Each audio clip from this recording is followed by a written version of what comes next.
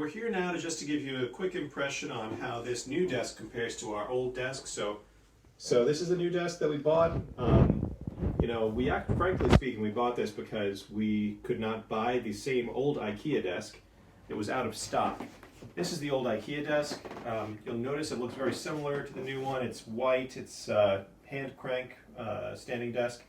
And at one point the hand crank stopped working, but I posted a video about that before, and we were able to quickly fix that. It's just the rod had popped out of the shaft popped out of the hole that was cranking the two sides.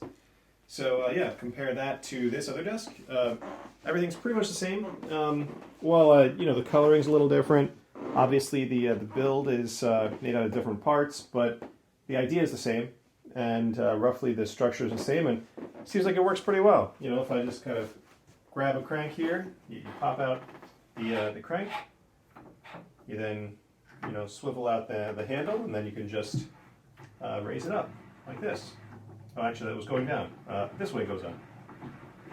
So you see it's kind of gradually going up, nice and smoothly. Everything's easy.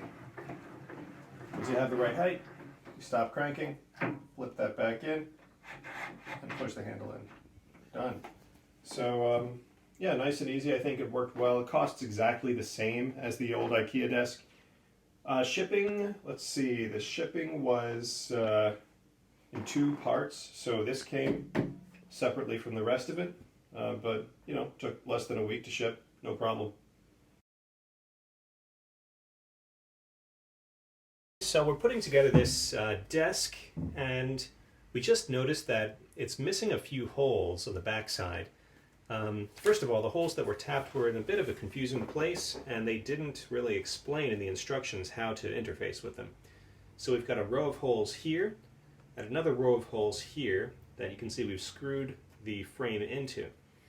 The next thing I noticed was that we had all these extra holes drilled up here.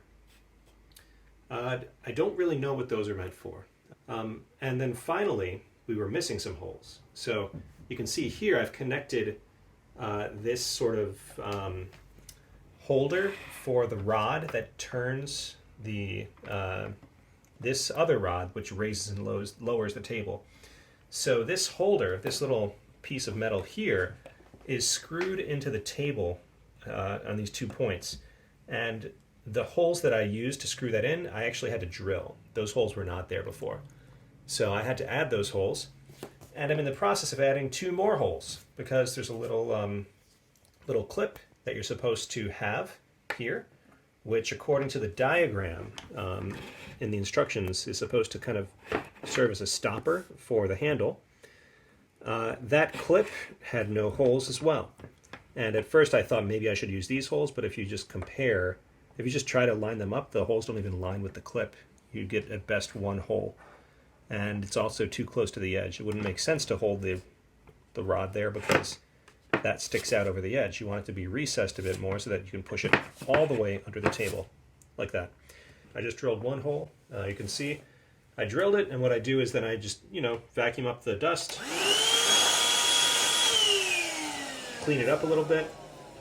Another little trick I use is I just kind of roughly gauge the depth. So these other holes came with the table again, drilled to a certain depth. They were misplaced, but what I'm trying to gauge is the depth, just to make sure I get roughly the right depth. So here you can see I put the drill bit in, and then I just mark with my finger. I mean, this is a very rough way to measure, but what I'm doing is I'm using the drill bit itself to measure the depth.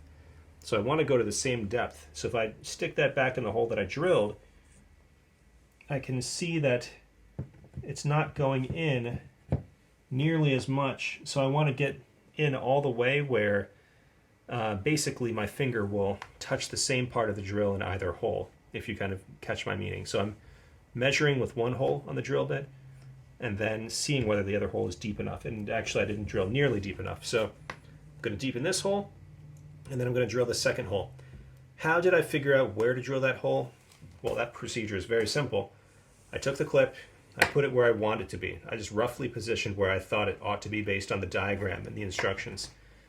Then I took this pencil and I just, did this. I just drew a little circle on the table using the hole as a guide. I did that in both locations. That's how I figured out where to put this hole that I'm drilling and this next spot for the hole, which I will start to drill.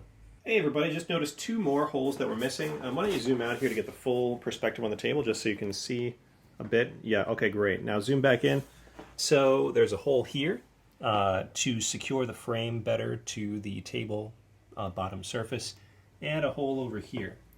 When I say hole, it's a hole in the frame, but there's no hole in the wood of the table. So what I'm going to have to do is, again, now that I've secured everything to the table, I'm going to have to put my drill bit through this hole. I think that's what I'll do. I'll just stick my drill bit right through this metal hole and try to tap in or drill into the table. We'll see how that works out because there's like a little plastic piece here and metal, so I don't want to like chew up the plastic or damage the drill bit on the metal. So hopefully I can do this. If that doesn't work, what I might have to do is like take this off to drill into the table, which is definitely not desired.